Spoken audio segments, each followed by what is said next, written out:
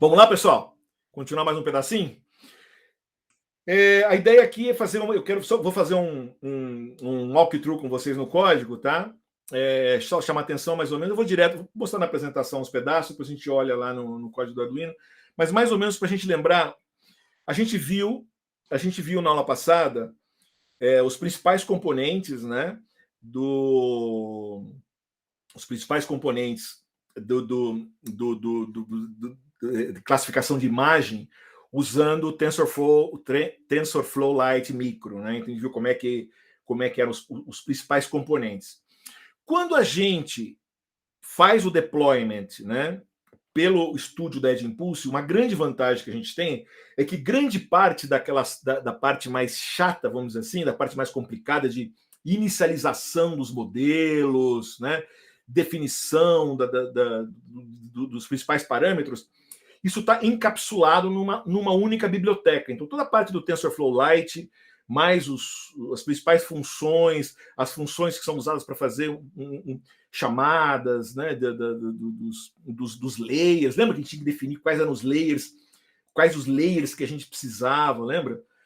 Então, o Edge Impulse, a vantagem do estúdio, e quando ele gera, quando eu fiz o deployment, né, quando eu cheguei lá, né, a gente viu aqui nesse pedaço aqui, né? Quer dizer, quando eu vim aqui, né? Quando eu vim aqui, vamos ver de novo, vim aqui nessa última parte que é o deployment, né? Depois que eu montei o meu modelo, tá tudo funcionando. Aí o que eu vou vir aqui? Eu vou vir aqui e vou falar, eu posso gerar uma biblioteca padrão em C, ele vai fazer a mesma coisa, vai gerar só a biblioteca em C. Eu falo, não, eu quero uma biblioteca do estilo do Arduino, que é uma vantagem.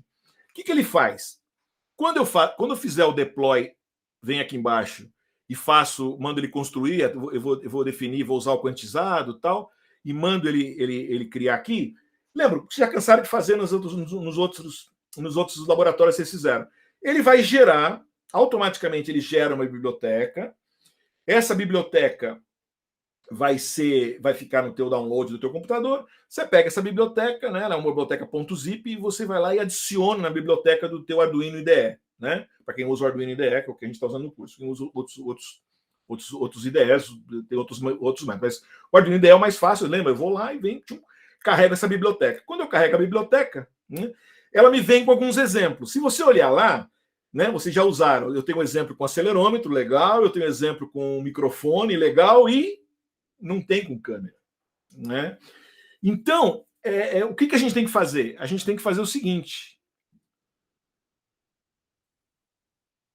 que é legal, que eu acho que de qualquer maneira vale a pena. Por exemplo, quando eu fiz eu peguei o Raspberry Pico, que já sido lançado no começo desse ano, né? E lembra que eu tinha comentado com vocês, né? A gente, por exemplo, eu vim aqui, por exemplo, peguei o Raspberry Pico, né?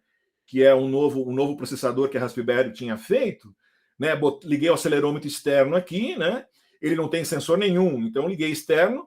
Aí tive que subir na raça os dados para o Edge Impulse, fiz o modelo todinho lá de gesture recognition, e na hora que terminou, eu tive que gerar uma biblioteca em C e tive que usar todo o processo à parte normal, como você faz para compilar um programa em C, né? Nesse caso específico, o que eu vou fazer? Eu vou gerar isso no Arduino. O que a gente vai chegar lá, né? Aqui, deixa eu ver aqui. Quando eu fizer isso, vou aqui, depois eu volto. Aí ele lembra, ele me gera, como eu comentei, primeiro ele gera um negócio que chama Static Buffer, né? Esse cara aqui, ó, Static Buffer, um programinha Static Buffer que nós não usamos até agora. E os outros, os normais, do acelerômetro, se é um programa com acelerômetro, e o microfone, se é com microfone. Se é qualquer outro sensor, a única coisa que ele faz, ele gera um template básico, que é esse Static Buffer aqui, que é esse programa. O que tem esse carinha? Ele vem aqui, primeira coisa que ele vem, ó, ele inclui aqui, ó, você olha aqui, ó, na parte de cima, ele inclui egg.a interference.h. Quando você faz o deployment, essa biblioteca foi a que você integrou lá no... É um monte de programinha, mas essa é a chamada para tudo que ele precisa. Ele já te diz para você, ó, você instalou essa biblioteca, então essa daqui é a chamada dela. Só isso. Aí o que ele faz? Ele gera uma variável aqui, ó, uma variável que é, olha aqui, ó, uma variável static constant float feature. Ela vai estar com um colchetinho vazia. Essa variável seria o tensor de entrada, tá vazio, né? Aí o que você faz? Você vai, por exemplo, fui lá escolhi qualquer uma, igual a gente fez agora há pouco, peguei qualquer imagem daqui, no caso específico, peguei a imagem empty aqui, por exemplo, né? Que essa era a imagem aqui. O que eu fiz? Vim aqui e copiei, dei um copy aqui, ó, né? Vim aqui, pá, copiei. Aí o que eu fiz? Copiei isso aqui, né? Vim aqui, ó, e colei esse valor aqui. Esse quanto mesmo? 96 por 96 lá, né? 96 vezes 96. 9.200, que é a entrada que vai entrar lá para ele fazer as mudanças, blá blá blá. Bom, pega esse cara, né? Copiei aqui, né? E aí o que ele fez? Ele veio aqui, ó. Ele tinha essa função aqui, ó, raw feature get data, tá vendo, ó? Ele definiu um alt, um pointer aonde ele vai estar com a imagem lá, leu esse feature e esse valor, quer dizer, esse dado de entrada, lá, a hora que a gente for lá no loop lá embaixo, o que ele faz simplesmente, depois eu vou entrar mais em detalhe, ele simplesmente vai lá e executa essa inferência. Ele chama esse classificador, entra com o dado e vê a saída, né? E a saída ele tem ele faz um pós-processamento bem simples, lembra? Antigamente a gente fez um pós-processamento mais sofisticado. A gente fez um programa, se der tanto, acende o LED vermelho, tal, que é um pós-processamento mais elaborado. Aqui é um processamento simples. Eu simplesmente vim aqui, ó, ele vem, o pós-processamento ele manda dizer quanto tempo, ó, ele levou 8 milissegundos para fazer a parte de digital, que a parte de pré-processamento, que não era nada, né? Usou 700 milissegundos para rodar esse modelo, né? No caso do Malone, a gente não está usando nada de anomalia aqui, né? E ele vem aqui, ó, obviamente que vai ser sempre igual, porque ele está sempre no loop. O que ele faz? Ele vai lá e está pensando que ele está pegando um novo dado, ele está pegando só esse dado do buffer de entrada aqui. Então vai ficar tudo igual. Mas olha aqui, ó, se você olhar, né? Olha lá, o empty 0,54, o cracked 0,27, quer dizer, esse modelo, inclusive, aquela imagem específica ele pegou, mas foi uma imagem, inclusive, usada para treinamento, então não é muito justo, né? Mas tudo bem. Mas meu interesse aqui é até importante você usar mesmo uma imagem que foi usada no treinamento, porque eu queria ver o seguinte: se eu pegando a imagem, o valor numérico da imagem, entrando, o modelo conseguia trabalhar com ela e me dar o resultado. Beleza. Então, funcionou. O segundo passo que eu fiz, falei, vou fazer o seguinte agora. Vou colocar aqui, ó. Lembra quando a gente fez o teste da câmera? A gente usou a biblioteca, a gente incluiu o TinyML Shield, lembra? Que, na verdade, lá dentro, o que ela fazia? Ela inicializava a câmera para gente, para depois eu sair com o sinal da câmera, né? Aí legal. Aí eu botei a mesma coisa lá. Agora isso aqui não vai importar mais, né? Aliás, perdão, aqui na verdade eu deixei, mas não importa, né? O importante é eu mantive aqui, então eu entrei com isso aqui, que pega os dados da câmera, na verdade, não é bem inicializar. Ele vai configurar a câmera, o termo correto é esse. Ele vai ver quais são, porque, lembra, essa câmera é um inferno, né?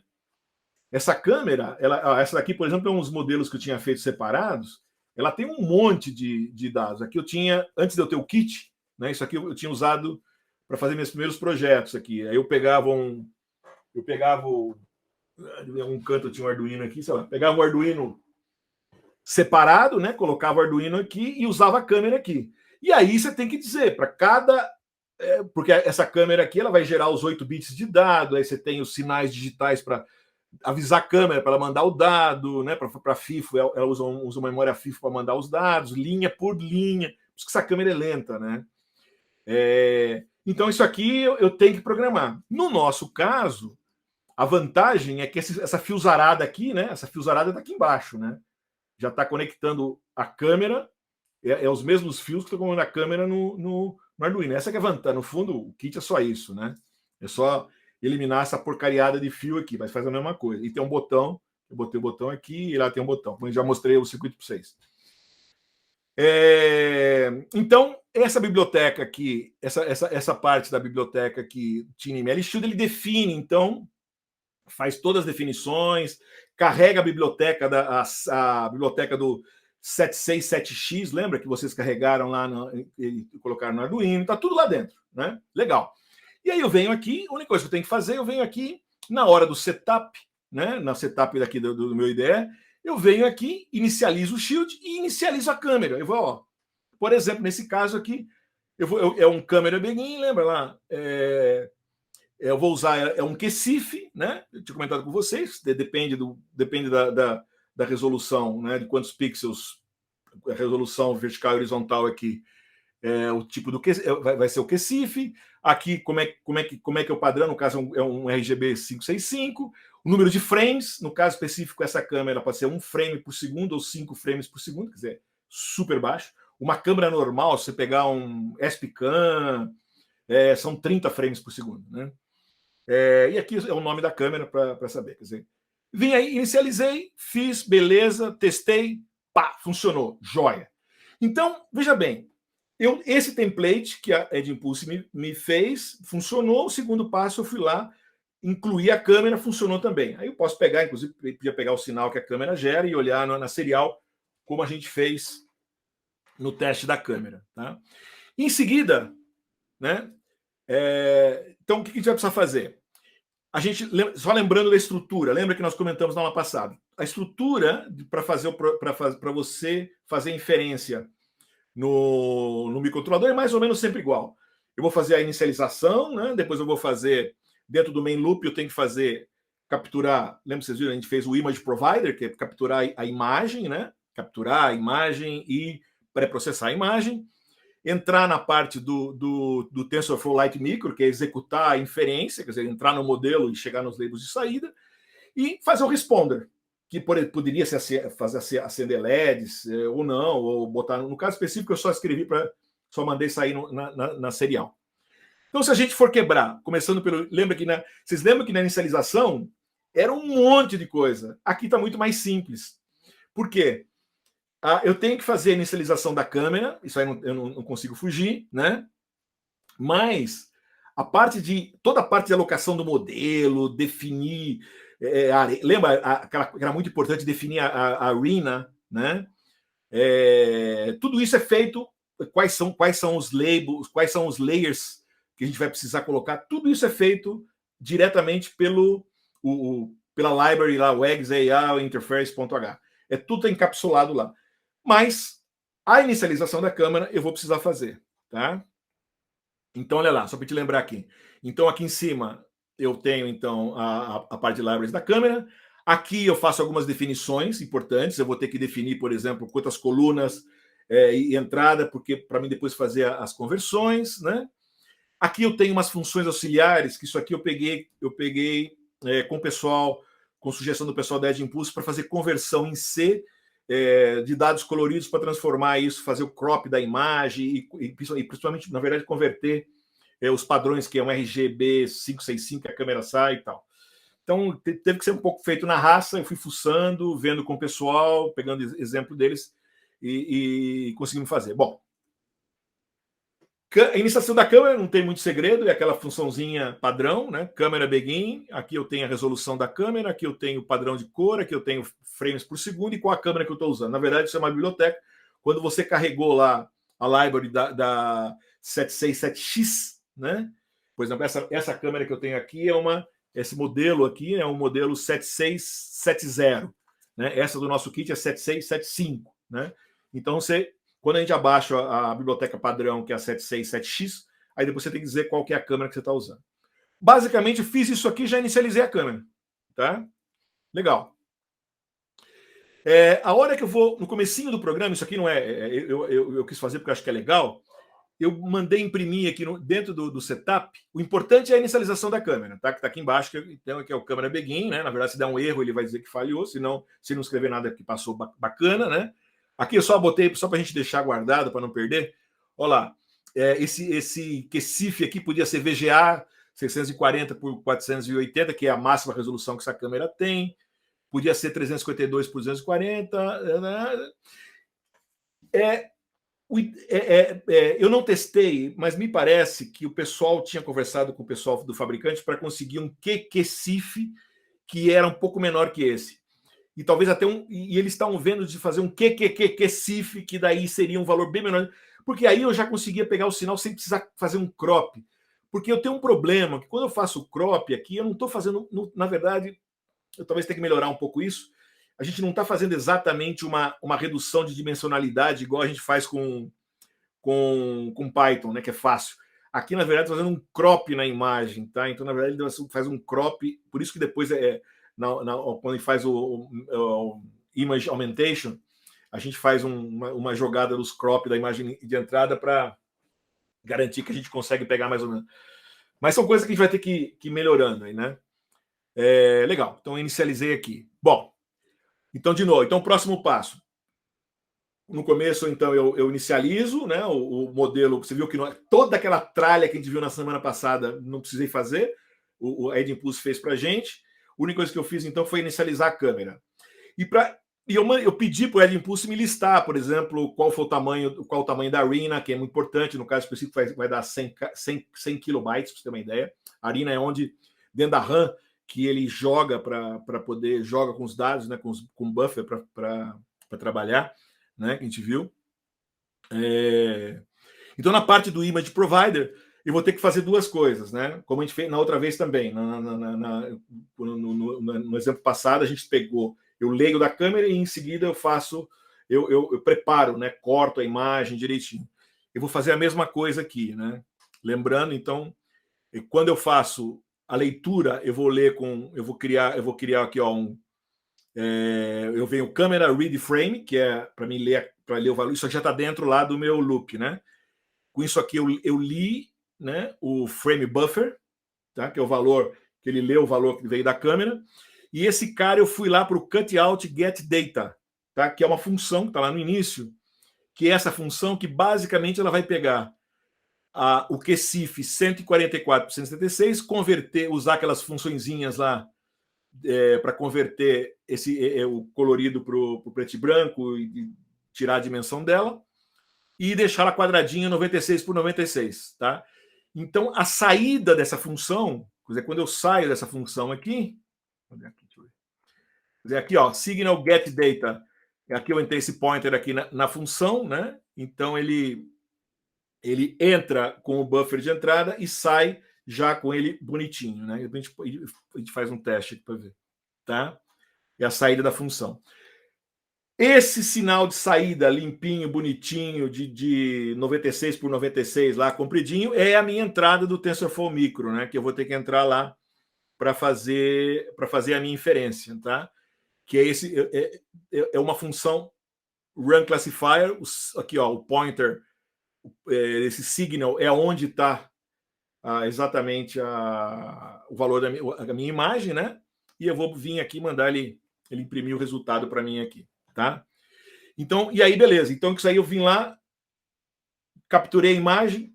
No fundo é simples, vê que não é muita coisa. Eu peguei a imagem, fiz um crop na imagem, converti por ser colorida, né? E fiquei com o valor final. Entrei no meu modelinho, né? No meu modelo que foi desenvolvido lá que foi desenvolvido lá em cima a partir da minha imagem, né?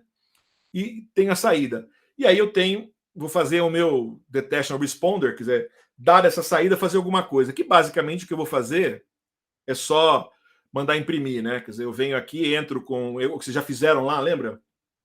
Né? Eu tenho o resultado da minha classificação, né? Tá? Então eu tenho o result classification, lembra? Aqui são o 0, 1 e 2 aqui, são as três classificações. Eu tenho um valor que é o valor da probabilidade. A soma das três probabilidades tem que ser 1, lembra? São os três, esse é o tensor de saída, né? É um tensor de 3 posições. A soma vai dar 1, né? E a gente vê lá que a soma tem que dar 1, né? Não é isso? Então, daqui lembra que vocês faziam lá nos exercícios anteriores, vocês faziam acender os LEDs naquele outro programinha. E aí, gente, no final do loop, eu estou pegando esse valor, esse signal que está aqui, e mandando ele imprimir, só para teste, eu mandei ele imprimir igual a gente fazia no teste da câmera. Ele imprime exatamente esse buffer de que ele está lendo aí, né? Que seria o que ele põe o que ele está a entrada do meu modelo para mim testar. Eu queria ver o que a câmera está mais para mim ver, eu, ser humano, o que a câmera está vendo. Então, quando eu rodei essa inferência, então eu vim lá, olha lá, rodei, né? Aí eu apontei para. E aliás, isso é um problema sério. Por vocês terem uma ideia, eu coloquei a caixa de ovos, né? Eu coloquei mais ou menos a câmera 30 centímetros de altura, mais ou menos, né? Para ela conseguir pegar. Então é o ponto de foco da câmera. O ideal, depois que era ideal também ter feito fotos com ela, né? Mas isso foi por tentativa e erro. Eu fazia, não dava. O bom que eu fui olhar, pô, eu estava num zoom enorme. Quando eu pus a 30 centímetros, legal. Então aqui eu peguei um pedaço do ovo, ele até pegou, olha lá. Disse que estava cracked, não está cracked. Mas pelo menos não estava. O cracked está mais alto que o vazio. Aí eu peguei aqui, né? Isso aqui, na verdade, uns 9.000 e não sei, 200 lá. Levei isso para um programa. O programa é esse aqui, gente. Aquele parecido com que vocês. Basicamente, o que eu fiz foi pegar muito parecido com aquele que a gente tinha feito no teste da câmera, ó. MATLib, papapá, tá vendo? Ó, eu copio o valor, dá um copy lá, paste aqui, tá? Isso aqui eu fiz um pouquinho antes da aula aqui, ó. Peguei aqui meu laboratório. Aliás, interessante, porque até o Luiz Eduardo comentou da caneca. Eu coloquei a caneca na mesa, agora um pouquinho antes da aula. Coloquei a câmera assim, ó, mais ou menos 40 centímetros. Achei que eu ia pegar a câmera, e olha que interessante, na verdade, ela tem um angular bem maior, e deu um crop na parte de cima, na verdade. Então ela pegou, olha lá o fundo, tá vendo lá, ó, as caixinhas? Tá vendo? Ela pegou, se pegar lá as caixinhas de componente e a tampa embaixo do meu osciloscópio ali, ó. Ela pegou isso daí, né? Bom, enfim. Aí aqui tá o ovo, aí são os outros valores que eu peguei, vou mostrar lá, tá? Isso aqui você não vai fazer na prática, quer dizer, aqui eu fiz, aqui na verdade, aqui foi legal porque eu peguei minha calculadora. E foi aqui que eu percebi, que eu pus a altura que eu vi, falei, tá. Então, na verdade, eu peguei um objeto que eu conhecia, e aí eu mais ou menos calculei qual era o zoom que eu tinha que fazer para me posicionar. Na prática, se eu for fazer um modelo, se eu for usar isso daqui para fazer um trabalho de verdade, você vai definir claramente para que você vai usar, onde vai estar posicionada a tua câmera, onde está o objeto que você vai ter que fazer a classificação, né? Lembrando que isso aqui, nós estamos falando em classificação de imagem, né?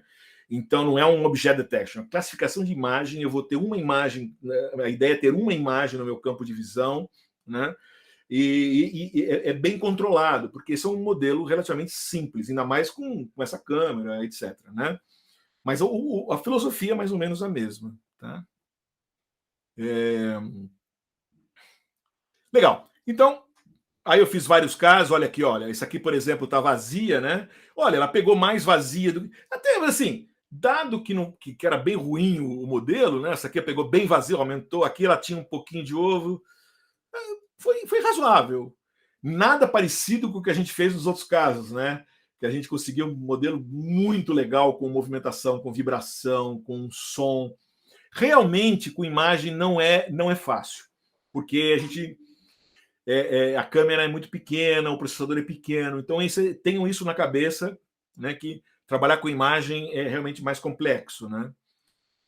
Mas tá legal. Essa daqui, por exemplo, ele diz que tá cracked, não tá cracked, mas pelo menos não tá empty, né? Esse aqui ele disse que tá empty, tinha meio a meio, mas também, então, quer dizer, eu achei que estava razoável. Bom, aqui não vou passar por detalhe, era mais o que eu mostrei, eu deixei para vocês mais para vocês lembrarem aquilo que a gente passou lá. Esse notebook está disponível, então está lá. Eu deixei tá o PDF da aula que vocês viram ontem, né? Eu deixei o notebook trabalhado usando o modelo inteiro, né? Deixei o notebook para vocês fazerem para vocês trabalharem com data augmentation, tá? Então está tudo lá, está lá disponível para vocês, tá bom? Legal. Então, essa primeira parte da aula que eu queria só fazer uma mostração para vocês, tá? Eu não vou não vou perder tempo para fazer medir aqui, mas acho que é bobeira. É mais fácil vocês fazerem. Inclusive o seguinte, eu até quis fazer com ovo, porque parece bobo, mas se vocês quiserem, quer dizer, vocês têm lá, vocês têm no início aqui, né? No início da apresentação, tá aqui, ó. Eu deixei disponível para vocês o link, eu deixei público esse projeto lá, com a vantagem que vocês têm todos os dados estão disponíveis. Né? Bom, também vocês têm o notebook, vocês podem baixar do notebook também, tá lá, né? Os dados estão lá no notebook, não precisa nem buscar isso aí, tem o X, todo o X e todo o Y, vocês podem trabalhar. Mas o bacana quer dizer, mas na verdade, como tá, vocês podem entrar nesse projeto aqui, que é público, clona o projeto, então vocês vão fazer uma clonagem deles, os dados, vocês passam a ficar com os dados todos para vocês. E aí vocês podem acrescentar mais dados, né? Vão na geladeira de vocês, pegam uns ovos lá e tenta fazer. Usa o modelo mais elaborado, conecta o celular para fazer classificação e testa para ver se ele consegue descobrir se tem ovo, tá sem o ovo, a caixinha está com ovo, sem ovo, que é muito provável que vocês consigam. E aí pode fazer uns testes para vocês conseguem trabalhar dentro. Isso hoje vai ser opcional, porque o quarto laboratório eu pedi para vocês fazerem o da semana passada, né? Que é a detecção de pessoa. Eu queria que vocês trabalhassem com aquilo lá, que é mais complexo. Quem quiser, opcionalmente, que é para a semana que vem, né? Entrega. Se vocês quiserem, de repente, fazer um inteiro de novo, em vez de fazer usando o TensorFlow Lite Micro, né? Usando aquele processo anterior do Person Detection, fazer como de hoje é opcional. Então fica a critério, não é um laboratório à parte. Mas se vocês quiserem complementar o laboratório da semana passada, acho que é legal. Né? Podem usar o meu projeto que eu fiz de exemplo e colocar com mais ovos e ver como é que funciona, né? Ou fazer um inteiramente novo. Tá? Quer ver, eu tinha feito, só para vocês terem uma ideia, eu não terminei, eu estava brincando aqui um pouquinho. Deixa eu ver aqui, ó. Yes. Eu estava fazendo um projetinho aqui de classificação de componente, tá? Então, mas ele é mais complicado, porque então eu estava fazendo aqui. Olá, por exemplo, tá vendo? Ó, eu tenho alguns componentes eletrônicos aqui, ó. Né? Deixa eu ver aqui.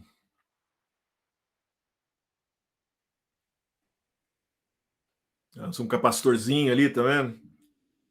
Então eu estava tentando ver diferentes fundos, jogava o componente. Mas aí, por exemplo, a parte de data augmentation tem que ser muito importante, porque eu queria fazer uma coisa assim do tipo um classificador que eu jogo o componente. Então eu fiz com 2 tipos de fundo, alguns componentes, na verdade eu fiz três classes, resistor, capacitor e um resistorzinho aqui, um resistor, capacitor e outros que eu botei chaves, algumas coisinhas para fazer um outro conjunto. Então pode ser uma ideia também, né? É mais complicado porque são modelos, são elementos menores, mas critério de vocês. Ou pode fazer alguma classificação usando coisas externas, por exemplo, usando carros, por exemplo, carro e moto, depois você põe uma foto de um carro ou de uma moto para ele detectar, isso dá para fazer legal. Tá bom? O bacana do estúdio é que você pode definir as classes que você quiser. Se você não for para o microcontrolador, quer dizer, parar para fazer a classificação usando o celular, você vai conseguir fazer legal, né? Conseguir ver legal. Tá bom?